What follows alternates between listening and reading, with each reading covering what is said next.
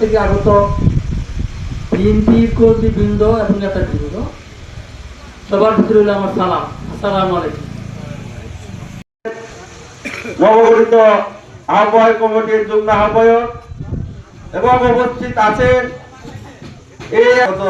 বিভিন্ন শ্রেণীর নেতৃবৃন্দ, এবং আজকে দীর্ঘ সময় ধরে আপনারা এখানে অপেক্ষা করছেন, এতে প্রমাণ হয় আজকে যে আহ্বায়ক কমিটি হয়েছে আপনারা তাদের প্রতি ভরসা রাখুন, দেখুন কি হয়।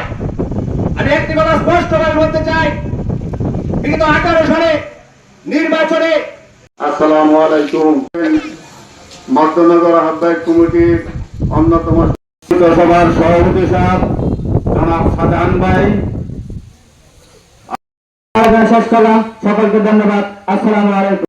11 সদস্য উপস্থিত থেকে প্রত্যেকটা ওয়ার্ডে যাতে সর্বনিম্ন 100-এর উপর ইউনিয়ন উত্তর বংশীগুন্ডা আহ্বায়ক কমিটির সভার সভাপতি